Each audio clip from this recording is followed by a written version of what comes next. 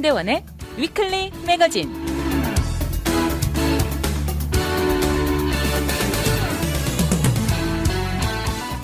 안녕하세요. 위클리 매거진의 문대원입니다. 몇 년 만에 골프 연습장을 찾은 한 여성은 팬데믹 동안 두문불출하고 최근에서야 친구의 성화에 못 이기고 골프 연습장을 간 것입니다. 하도 오랜만이라 집에서 챙겨온 골프 장갑을 잘못 가져왔다고 울상이었습니다. 원래 양손에 장갑을 낀다는 이 사람은 오른손 장갑만 있다고 잘 안 맞는다는 것이었습니다. 왼손 장갑을 하나 사라고 친구가 말하니 돈 아깝다고 집 어딘가에 있을 것이라고 마다했습니다. 결국 장갑 없이 3년 만에 연습을 대충하고는 그래도 기분이 좋고 바깥바람이 너무 좋다고 웃음을 짓는 것이었습니다. 친구에게 불러준 거 고맙다고 말하면서 내일 일어나면 제발 손목이 아프지 않기를 바란다고 웃었습니다. 오랜만에 야외 활동 후 두 사람은 맛있는 저녁을 즐기는 풍성한 주말이었습니다.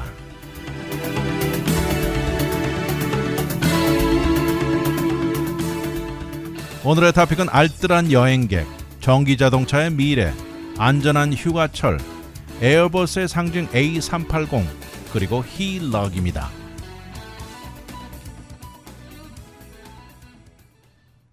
여행이 절정인 여름철입니다.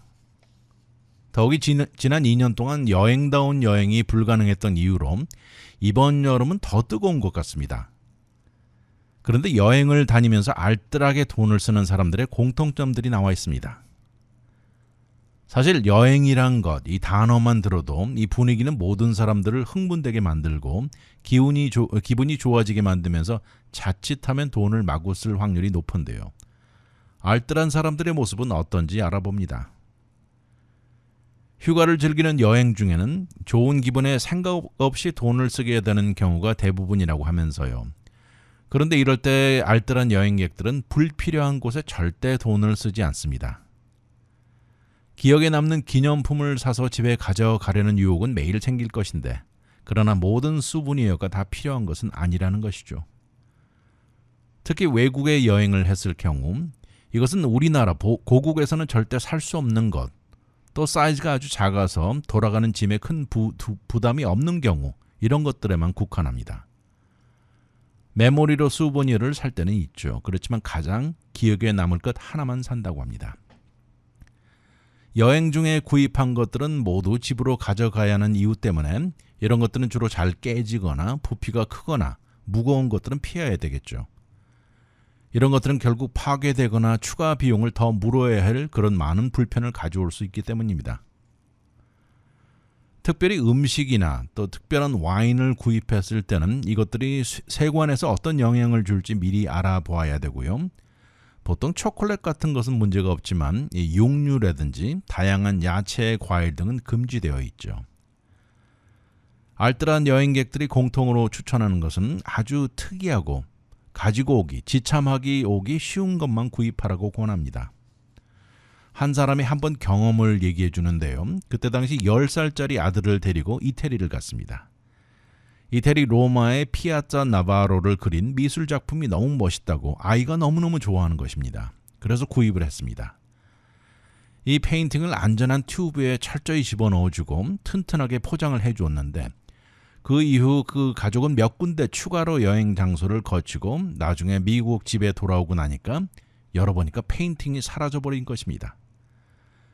결국 어디서 어떻게 도난당한지도 모르는 일이었습니다. 결국 여행 중에는 잃어버리는 일이 자주 일어난다는 것입니다. 여행 중에 돈을 관리하는 것도 중요합니다. 알뜰하게 크레딧 카드를 사용할 때도 외국에서 사용할 때 트랜잭션 피가 없는지를 확인을 하고 쓰는 것이 좋고요.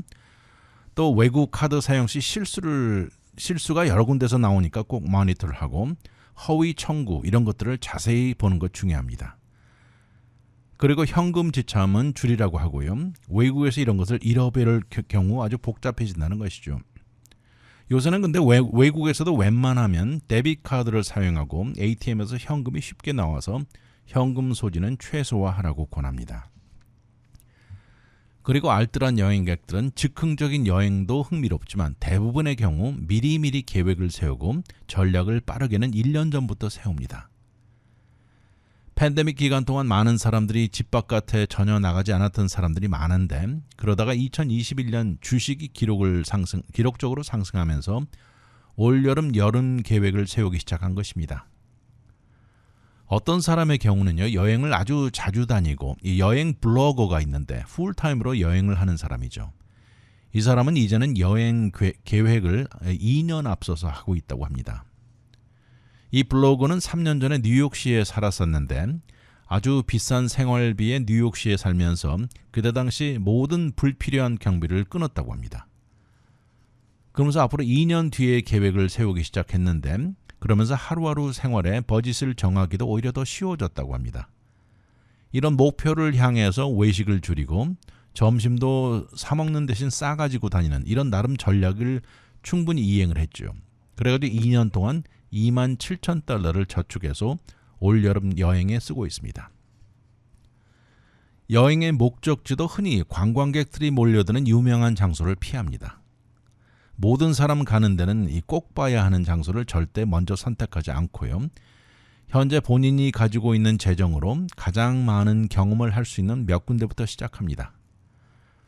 처음에는 적은 버짓으로 동남아 여행을 많이 다녔었다고 하고요. 잠도 공유하는 호스텔 같은 것을 주로 이용했고 음식도 길거리 맛있는 싼 음식을 주로 먹었고 이 사람은 중국까지 히치하이킹으로 중국을 들어간 것입니다. 또 시간의 여유가 있는 사람이라면 경비를 줄이는 방법 중 하나로 이 비수기, 오프시즌을 추천합니다. 이때는 항공료에서부터 시작해서 숙박비, 모든 액티비티들이 저렴하다고 말을 하고요. 한층 덜 붐벼서 여행 장소에 대해서 한층 더 잘 알 수 있다고 합니다. 또 숙박에 있어서는 호텔부터 에어비앤비 등 다양할 수 있는데요. 같이 공유하는 다양한 옵션이 돈 절약에 최고라고 하고요. 이런 좋은 예로 발리에 가면 아웃포스트라는 데가 있고 라틴 아메리카의 셀리나 체인이 이런 예라고 합니다. 이런 데들은 많은 경우 유틸리티가 다 포함되어 있어가지고 전기료나 와이파이 이런 거 걱정할 필요가 없다고 합니다. 또 집 전체를 렌트하는 옵션도 있는데 멕시코 메리나 지역 같은 데는 한 달에 $750. 그런데 가격이 천지 차이여서 잘 비교하고 결정하라고 추천합니다. 여행을 다니다 보면 아무래도 여기저기 더 많은 곳을 다녀보고 싶은 생각이 누구나 듭니다. 그런데 반대로 잠시 페이스를 늦추고 각각 한 장소에 좀 더 깊숙이 들어가 경험하는 것, 오히려 그곳에 오래 머물면서 그곳을 진짜로 경험할 수 있는 걸 추천합니다. 이 사람은 풀타임으로 여행을 하는 사람인데 영국에서 지난 18개월을 떠나 있었다고 하는데요. 여행을 아주 느리게 하는 스타일입니다. 매 3개월에서 6개월에 한 번씩 장소를 움직인다고 하면서 새로 가는 장소에 몇 달씩 머무르면서 그곳에 익숙히 경험을 하고 나오는 것이죠. 그 안에 사는 사람들의 진짜 생활, 진정한 문화에 깊숙이 빠져보는 것이죠. 이런 것이 진짜 경험이지 이렇게 너무 빠르게 훌쩍 지나가는 것 원치 않는다고 합니다. 이렇게 알뜰한 여행객들은 미리 계획과 준비와 다양한 옵션들을 비교하고요. 숙박시설, 호텔 다양한 투어를 리서치를 철저하게 하고 많은 경비를 절약하고 있습니다. 또 이럴 때 그쪽의 여행 전문가의 조언도 굉장히 도움을 줍니다. 이렇게 많은 정보 수집과 전문가 조언을 통해서 리서치를 하는 것이죠. 호텔에 묵어야 할 경우에는 미리 예약은 의무적이고요. 디스카운트를 주는 호텔에는 혹시 non-refundable인 경우가 많으니까 꼭 확인하라고 합니다. 그리고 호텔 안에 미니바는 절대 가까이 가면 안 된다고 경고하고요. 또 여행 중에 큰 경비 중 하나는 식당에서 돈을 쓰는 것인데 호텔 러비에 있는 식당보다는 바깥의 로컬 식당을 더 선호합니다. 또 호텔에서도 브렉퍼스트가 포함된 경우는 먹지만 아닐 경우에는 바깥에 나가서 로컬 식당을 즐기라고 합니다. 또 여행 도중에는 걷는 것이 많을 수 있기 때문에 신발에는 절대 돈을 아끼지 말고 들여서 편안한 것으로 신으라고 추천하고 있습니다. 알뜰하게 여행을 하고 나서 정리해보면 아주 많이 돈을 절약한 것을 느끼게 될 것이라고 하면서 그리고 그 돈으로 다음 여행 계획에 큰 도움을 얻을 수 있다고 합니다. 요새 다니다 보면 전기 자동차들이 점점 더 많아지는 느낌이 들죠. 특히 요새같이 가솔린 가격이 크게 뛸 때 더욱 전기 자동차를 생각하게 만드는데요. 미국 성인들을 대상으로 설문조사가 있었습니다. 그런데 어디서 그리고 언제 충전을 할 수 있는지 여부가 가장 전기 자동차를 소유하는 것이 주저되는 최고 이유라고 말했습니다. 이것은 최근에 컨슈머 리포트가 실시한 설문조사였는데 8,000명을 대상으로 이루어졌습니다. 그중에 다음 차로 전기 자동차를 구입하겠다고 말한 비율이 36%였습니다. 그런데 나머지 그렇지 않다는 사람들에게 물어보니까 이 중에 61%가 충전을 둘러싼 로지스틱스가 가장 큰 이유였고요. 또 55%는 한 번 충전해서 갈 수 있는 레인지가 우려된다는 것이었고 52%는 전기자동차 자체의 가격도 그렇고 유지 비용을 이유로 들었습니다.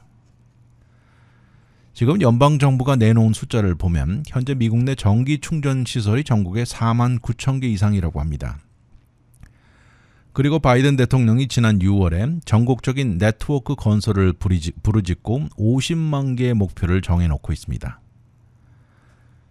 이번 설문조사는 지난 1월과 2월에 실시가 됐는데요. 그때 당시에는 가솔린 가격이 갤런당 3달러 50센트였을 때니까 지금은 이것이 당연히 숫자가 달라졌을 것입니다.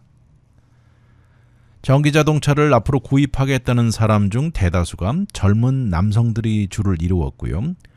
그리고 이런 사람들은 주로 도심 지역에 사는 경우가 많았고 교육 수준이나 인컴이 높은 사람들이 주를 이루었습니다. 그런데 놀랍게도 이 중에 46%는 전기자동차를 살 때 인센티브에 대해서 모른다고 답한 것입니다. 연방정부가 주는 7,500달러나 주정부 인센티브는 오랫동안 지속되어 오고 있는 것입니다. 이번 설문조사에 분명히 나타난 것을 보면 많은 미국인들에게 이런 움직이는 데 있어서 이 들어가는 연료비를 낮추고 환경적인 차원의 전기자동차 흥미는 충분히 있다고 봅니다. 그런데 앞에 말한 대로 걸림돌들이 여전히 작용하고 있는 것이죠. 그런데 일단 전기자동차를 구입한 사람들은 현재 요새 같은 특히 높은 가솔린 가격을 피하면서 즐기고 있는데요. 앞으로 점점 더 많은 자동차 회사들이 전기자동차를 내놓을 것인데 이러면서 수많은 딜러들이 앞으로 이 많은 전기자동차 정비를 두고 우려가 앞섭니다. 현재 딜러 내 서비스 섹션은 기술자 부족으로 고전하고 있는 현실입니다. 그런데 앞으로 전기자동차를 정비하는 기술자를 찾는 것은 더 어려울 것입니다. 어떤 곳에서는 이미 현재 기술자들을 스페셜 학교에 보내서 트레이닝을 시키고 있기도 합니다. 그러면서 전기자동차 기술자 양성에 투자하고 있는 것이죠. 거기다 전기자동차 정비에는 특별한 기계와 장비가 요구됩니다. 그리고 이런 것들 절대 싸지 않죠. 이런 모든 것 딜러십에 추가로 들어가는 이 경비고 이 도구의 장비의 충전 스테이션 등 들어가는 인프라스트럭처를 갖추려면 엄청난 비용이 들어갈 것입니다. 어떤 경우에는 완전히 서비스숍 전체를 다 뜯어고쳐야 하게 될 가능성도 높다는 것입니다. 그런데 현실적으로 이미 많은 딜러십들은 변화를 주었거나 계획이 서 있기도 합니다. 그렇지만 앞으로 전기자동차를 팔고 이것을 정비하게 되는 데는 큰 비용과 시간이 걸릴 것입니다. 이렇게 딜러십이 변해야 하는 데 들어가는 경비는 대형 딜러 같은 경우에는 덜 하겠지만 아주 작은 규모의 숍들인 경우 감당이 어려울 수도 있습니다. 캐딜락 전기자동차 EV 라인업을 위해서는 최소한 20만 달러가 필요하다고 하는데요. 전국에 880개 딜러 중에서 이 중에 약 180에서 200개 정도는 소규모로 갑니다. 이런 것들은 그래서 전기자동차 샵으로 변하는 대신 아예 제너럴 모터스 같은 곳에 바이아웃, 매수를 선택할 것이라고 합니다. 그러나 언젠가는 전기자동차 정비는 필수적인 것이 될 것입니다. 전기자동차는 일단 가솔린 자동차보다 유지는 덜 필요합니다. 그래서 정비소에 갈 숫자가 적죠. 아무래도 오일 체인지나 튠업 같은 것이 필요 없기 때문이죠. 그렇지만 아무리 그래도 전기자동차도 정기적으로 메인테넌스는 한 번씩 필요합니다. 그런데 이럴 때 전기자동차를 가져갈 곳이 많지 않은 것이 문제죠.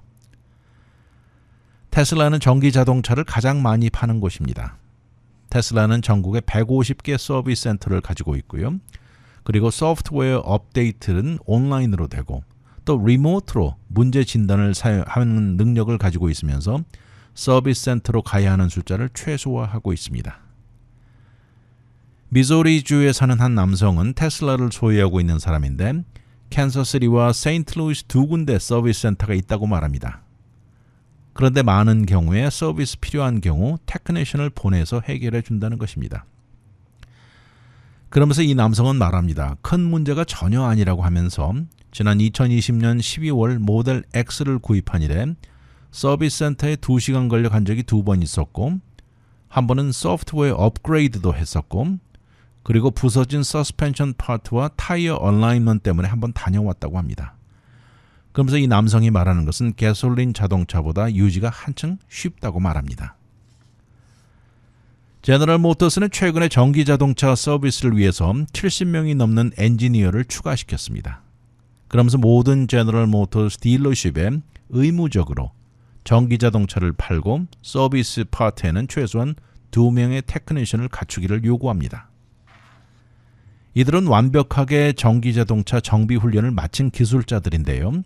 60시간 이상 훈련을 마친 마스터 클래스 테크니션이라고 불립니다. 현대자동차 역시 전기자동차를 판매하고 서비스할 수 있게 모든 딜러를 준비시키고 있는 단계라고 말합니다. 그러면서 최고로 질 높은 서비스를 현대는 추구한다 이렇게 말을 합니다. 현대자동차가 내놓고 있는 아이오닉 전기 자동차 라인을 위해서 딜러들은 활발한 세일과 서비스 트레이닝을 거치고 있다고 말합니다. 딜러 퍼실리티 전체 적절한 서비스를 위해서 변하는 것은 물론이고요. 충전 스테이션에 또 여기에 어울리는 전시 자리도 확보할 것을 지시했습니다. 그러면서 회사 측이 말하는 것은 우리 현대는 현대 딜러들에게 모든 전기 미래를 위한 준비를 완료시켰다고 하면서요. 이런 것에 회사 측의 도움은 아끼지 않겠다고 하고 미래를 위한 투자, 이것은 오랫동안 지속되는 비즈니스 기회를 가져다 줄 것이라고 말합니다. 포드 자동차 회사도 2,300개 이상 딜러들이 전기 서티파이드 되었다고 말하면서 최소한 그곳에는 1명 전기 테크니션을 갖추었고 147시간 트레이닝을 거쳤고 모든 필요한 장비와 기구를 갖추었다고 말합니다. 포드가 고용하고 있는 4만 명 기술자 중 4,252명이 전기 하이 볼티지 서티피케이션을 받았다고 말합니다. 전기자동차는 우리에게 점점 더 다가오고 있습니다. 여전히 많은 사람들이 충전하는 것과 한번 충전해서 갈 수 있는 레인지로 인해 주저하는 비율이 가장 높은 가운데 이런 전기자동차를 가져다 팔고 서비스하는 수많은 딜러들도 앞으로 혁명적으로 변해야 하는 갈림길에 와 있다고 해도 과언이 아닙니다. 휴가철 동안 장소에 따라서 조금 다를 수는 있지만 안전한 휴가를 즐기려면 몇 가지 지켜야 하는 것들이 있습니다. 전문가들이 조언하는 것에 의하면요. 특별하게 튀는 색깔 의상을 피하고 야구 모자를 눌러 쓰고 저렴한 시계나 신발을 착용하는 모습 이런 것을 권하는데요.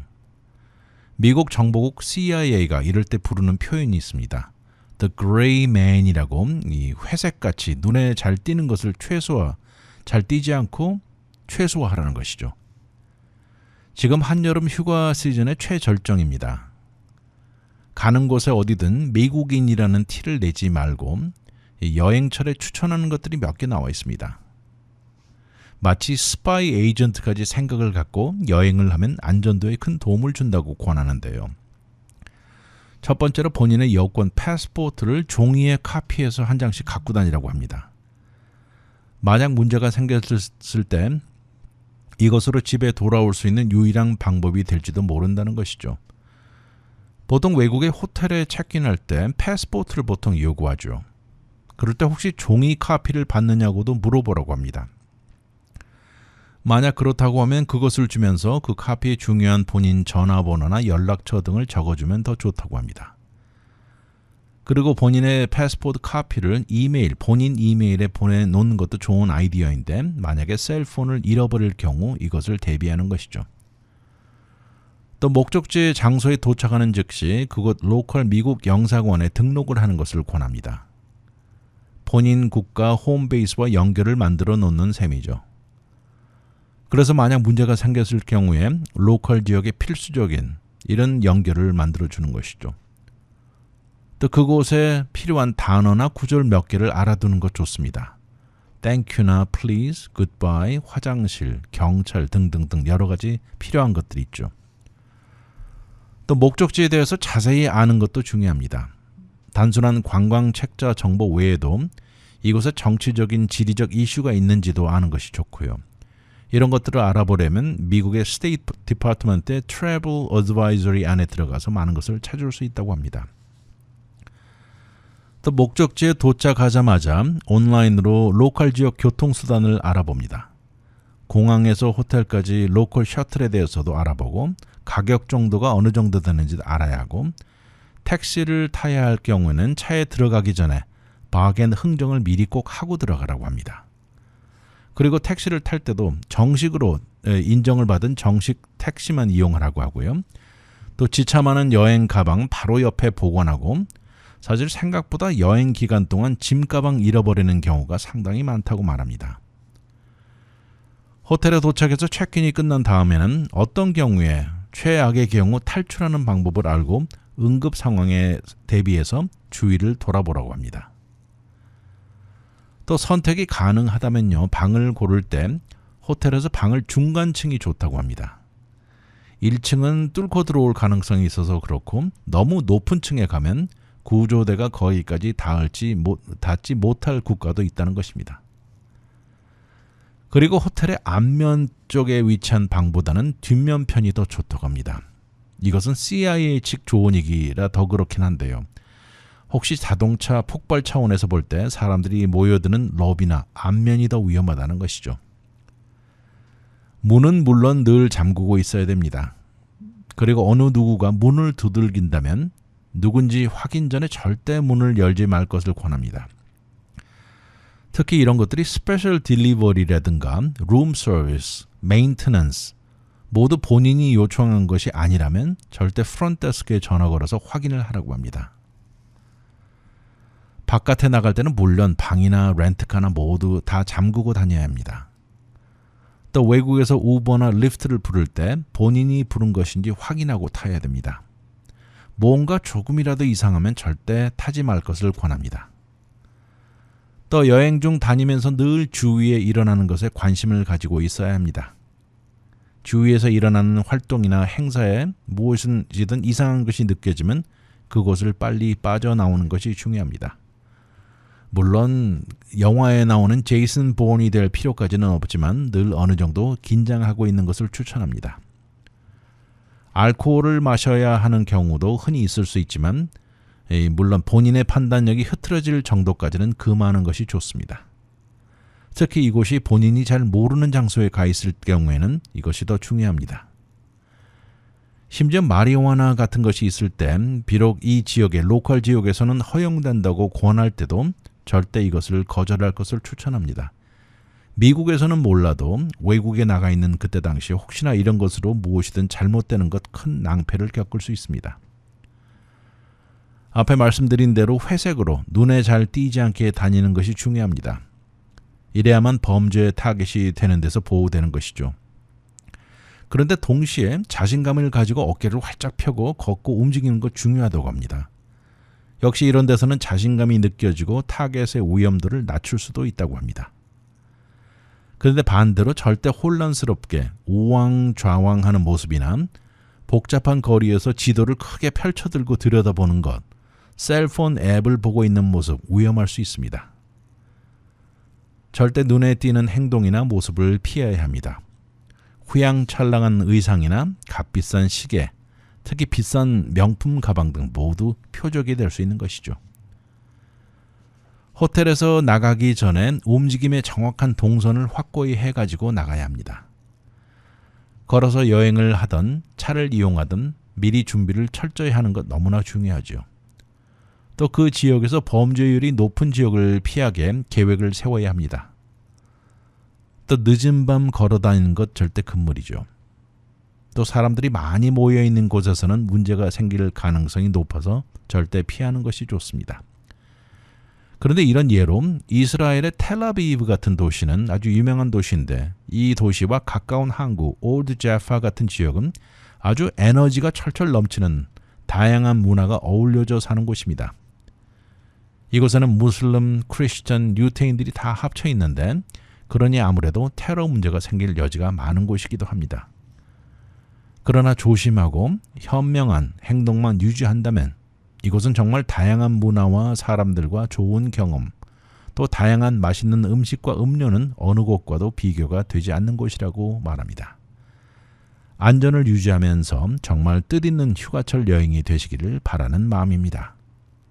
지난 2년 넘게 팬데믹 동안 가장 설 자리가 없었던 항공기 하면 단연코 A380 슈퍼 전복기일 겁니다. 그런데 이것이 서서히 복귀를 하나씩 하고 있네요. 전 세계에서 가장 큰 상업용 승객을 태우는 비행기 A380은 불과 2년 전 팬데믹 초기에 각 항공사마다 처지곤란이었습니다. 모든 A380 비행기 운행이 중단되었고 장기적으로 경납고에 보관되거나 일부에서는 산산조각내서 팔기까지 했습니다. 그런데 이제 항공 승객들 숫자가 늘어나면서 이런 항공 트래픽도 팬데믹 이전 수준 가까이 복귀되면서 항공기들도 예전 모습으로 서서히 돌아오고 있습니다. 루프탄자는 가장 최근에 2023년이 되면서부터 A380 복귀를 발표했는데요. 현재 A380을 보유하고 있는 항공사들은 모두 복귀의 적절한 타이밍을 지금 보고 있습니다. 이렇게 보는 가장 큰 이유는 이 항공기를 운영하는 데 들어가는 비용이 엄청나기 때문이죠. 지금까지 A380기는 총 251대가 딜리버리가 되었다고 하는데요. 그 중에 238대가 현재 서비스 복귀가 가능하고 그리고 나머지는 은퇴되었거나 분해되었다고 합니다. A380기는 더 이상 제작되지 않는 기종입니다. 이 비행기는 승객들이나 승무원들에게 아주 인기 있는 슈퍼 전복기인데요. 그렇지만 항공사 측에서는 운영비로 인해서 인기가 없습니다. 지금 보유하고 있는 A380기를 운영을 복귀한 항공사는 총 14개라고 하는데 그 중에 현재 9개가 운항 중입니다. 이 9개 이름들은 브리티시나 올 니폰 에어라인, 에미레이트, 싱가포르, 칸타스, 카타르, 아시아나, 코리안, 차이나 서던 이렇게 한국 항공기도 들어가 있습니다. 싱가포르는 소유하고 있는 10대 중 10대만 운항 중이고요. 대한항공은 10대 중 2대만 운항 중인데 세 번째가 곧 시도될 것입니다. 퀀타는 12대 중에 3대가 운항을 시작했다고 합니다. 그런데 A380기 하면 이 대명사 항공사는 단연코 에미레이츠입니다. 이것은 123대를 가지고 있는데 이 중 절반 이상 운항을 복귀했고요. 올해 말까지 90대까지 복귀할 것이라고 발표했습니다. 그런데 많은 항공사들이 A380 복귀를 추구하는 이유도 있습니다. 왜냐하면 이유는 현재 와이드바디 항공기가 부족하다는 것이죠. 특히 브리티시 에어웨이즈 같은 곳에는 보잉 747 같은 전복기들을 이미 리타이어 시킨 이유도 있고요. 거기다 대체할 수 있는 새로운 A350 항공기 제작의 문제 등으로 인해서 일부 항공사들은 최고 캐파시티를 제공하는 전복기가 절실히 필요하다는 것이죠. 또 A380기 비행기 가치, 밸류는 팬데믹을 거치면서 엄청나게 떨어졌습니다. 너무나 가치가 떨어져서 이 비행기를 파는 것도 불가능해 보입니다. 이런 상황이다 보니까 이것을 다시 항공 서비스에 다시 가담시켜서 사용하는 것이 제일 나은 옵션이라는 판단입니다. 현재 A380기를 한 대라도 소유하고 있다면 운영하기 너무 힘들고 비싼 이유로 현대 소유하고 있지 않은 항공사라면 당연히 구입은 절대 하지 않을 것입니다. 10년 정도 된 A380 이 항공기 가치는 팬데믹 이전보다 무려 60%나 하락했습니다. 그러면서 요새 가치를 약 3천만 달러로 치는데 이 팬데믹 이전에는 이것이 7,600만 달러 선이었습니다. 그러니까 이것을 가지고 있다는 것 자체가 돈을 먹는 기계나 마찬가지라는 것이죠. 실제로 타이 항공사와 말레이시아 항공사는 소유하고 있는 모든 A380기를 판다고 내놓았습니다. 그렇지만 현재까지 바이어를 찾지 못하고 있습니다. 또 다른 항공사 중 아부다비에 베이스를 둔 에티하드 항공사는 A380 10대를 보유하고 있는데 앞으로 어떤 방향으로 갈지 정하지 않고 있습니다. 지난 2년 전과 비교하면 A380기의 미래는 한층 더 밝습니다. 이 항공기를 소유하고 있는 모든 항공사들은 수명이 끝날 때까지 운영할 것으로 내다보고 있는데요. 보통 항공기 수명을 지금 A380기 수명 18년으로 보고 있는데 다른 일반 항공기 25년보다 수명이 더 짧은 편이죠. 그런데 현재 만들어져서 나오고 있는 신세대 항공기의 좋은 가솔린 효율성에 비교한다면 수명은 더 짧게 단축될 가능성도 높아 보입니다. 그중에 에미레이트 항공사는 제일 많은 A380을 소유하고 있으면서 조만간 모든 항공기를 운영할 것으로 보이는데요. 이것은 두바이에 베이스를 둔 항공 커뮤니티의 상징처럼 되어 있어가지고 많은 지지를 받아서 이것이 가능해 보이기도 합니다. 이런 현재 상황을 두고 에미레이트 항공사의 CEO인 팀 클락은 만약 언젠가 모든 A380이 사라지고 난 후에는 이것의 공백을 채울 항공기 제작은 현재 이루어지지 않고 있다고 말합니다.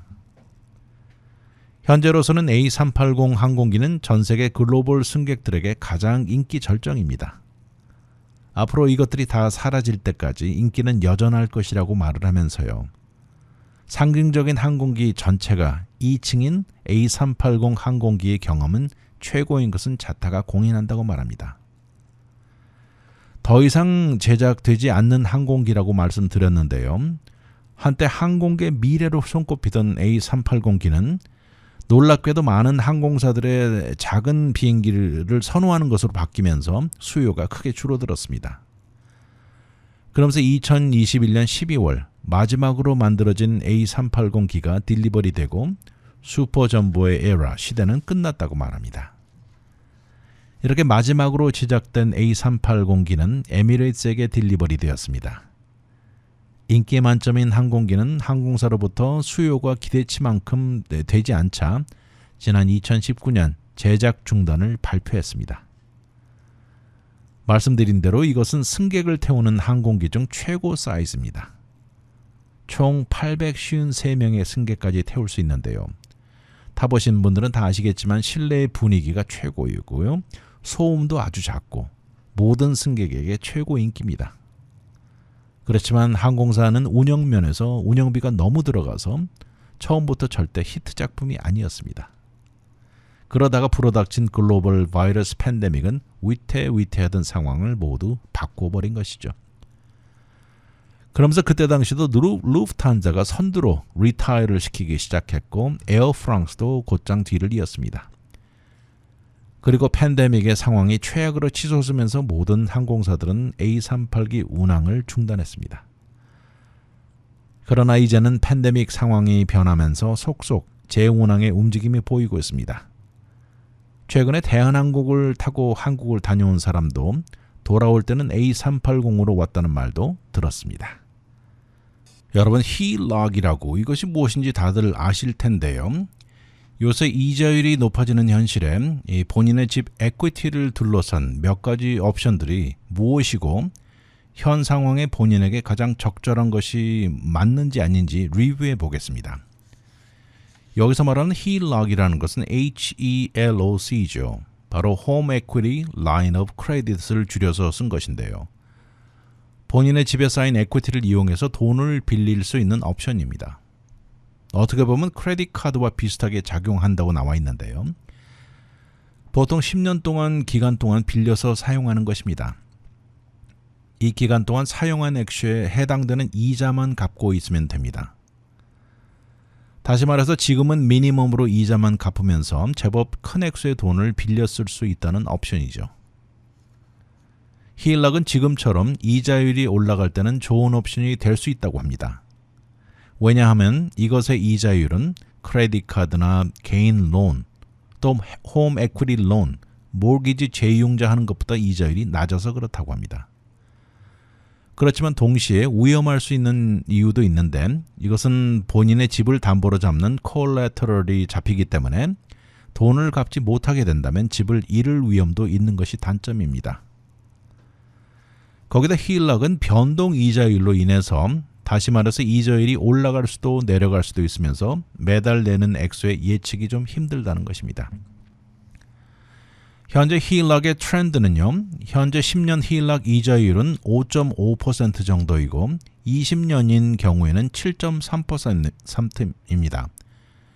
이것은 변동으로 연준위에 따라 변합니다. 현재까지 페드가 3번 이자율을 올렸고 올해 말까지 추가로 올릴 것으로 예상되고 있는 상황이죠. 이것은 집을 담보로 돈을 빌려 쓸 수 있게 해줘서 에퀴티라는 것은 잘 아시죠. 현재 마켓의 집 가치에서 가지고 있는 모기지의 밸런스를 뺀 것이죠.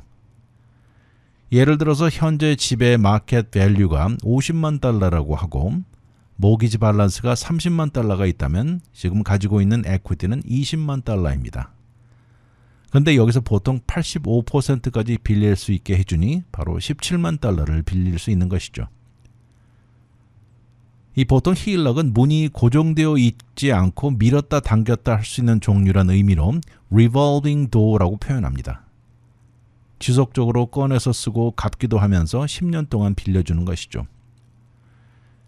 이것은 당장 돈이 필요할 때 얼마 액수나 또 언제 필요한지 확실하지 않을 때 좋은 옵션입니다.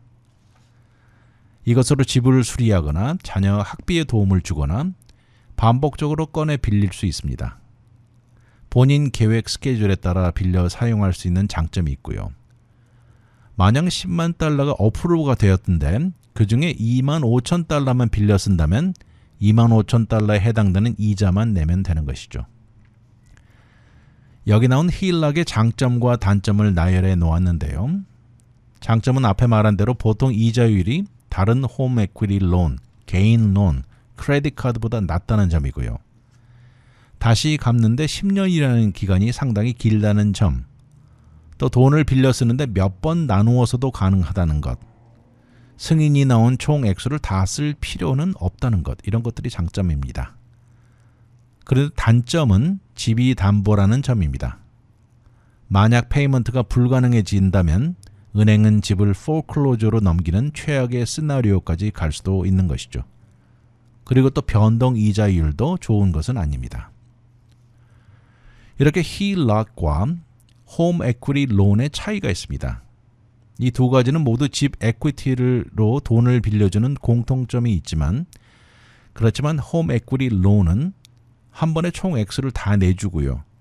다시 되갚는 페이먼트는 정해진 액수로 매달 똑같이 갚는 것이 힐락과 다릅니다. 앞에 말씀드린 대로 힐락은 변동 이자율이지만 에퀴티 론은 이 고정, 픽스드 이자율입니다. 그러니까 에퀴티 론에서는 매달 갚는 액수가 예측이 분명한 차이도 있죠. 그러니까 이 두 가지 중에서 좋다 나쁘다가 아니라 어떤 것이 본인 상황에 맞는 것인지 정해야 합니다. 만약 10년 정도 돈이 필요하고 돈을 갚는데 더 시간이 필요하거나 돈을 빼는데 좀 더 플렉서빌리티가 필요한 상황이라면 힐락이 더 적당한 옵션이라고 합니다. 그러나 반대로 정해진 고정 이자율이 더 선호되고 매달 갚는 액수가 예측이 가능한 옵션을 선호하고 얼마나 돈이 필요하고 그것이 당장 다 필요한 상황이라면 홈 에퀴티 론이 더 나은 옵션이죠. 그런가 하면 힐락과 또 현금을 얹어서 재이용자를 하는 리파이낸스를 비교해 놓았습니다. 현금 빼는 캐시아웃은 힐락과 또 다릅니다. 에퀴티에서 현금을 빼내는 것인데 이것은 현재 본인이 가지고 있는 모기지를 대체하는 것입니다. 새로운 모기지에서 현금을 빼는 것이죠. 예를 들어서 집의 가치가 30만 달러라면 융자 밸런스가 10만 달러라면 20만 달러 에퀴티인데요. 돈 빌려주는 렌더는 여기서 에퀴티의 80%까지 현금으로 줄 수 있어서 16만 달러 현금으로 받을 수 있습니다.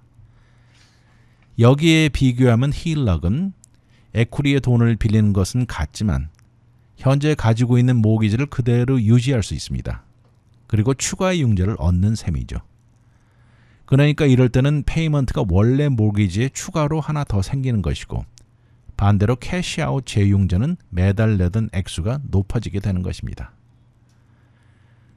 힐락에 비교해서 본인이 현재 가지고 있는 모기지보다 이자율이 더 낮게 재용자를 할 수 있는 경우나 빌리는 돈의 액수가 정확하고 매달 내는 돈의 액수가 고정 이자율을 원한다면 캐쉬를 빼면서 재용자는 캐쉬아웃 리파이낸스가 더 좋은 옵션일 것입니다.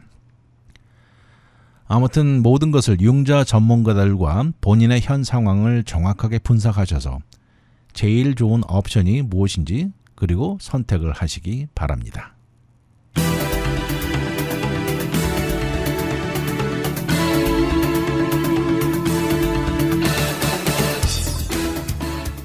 지난 2-3년 동안 상승한 주택가격으로 집 소유자들은 에퀴티가 엄청나게 쌓였을 것입니다.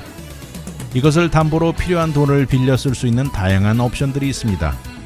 본인의 현 상황과 이자율은 앞으로 추가를 오를 전망인 가운데 가장 적절한 옵션이 무엇인지 전문가와 상담이 제일 중요할 것입니다.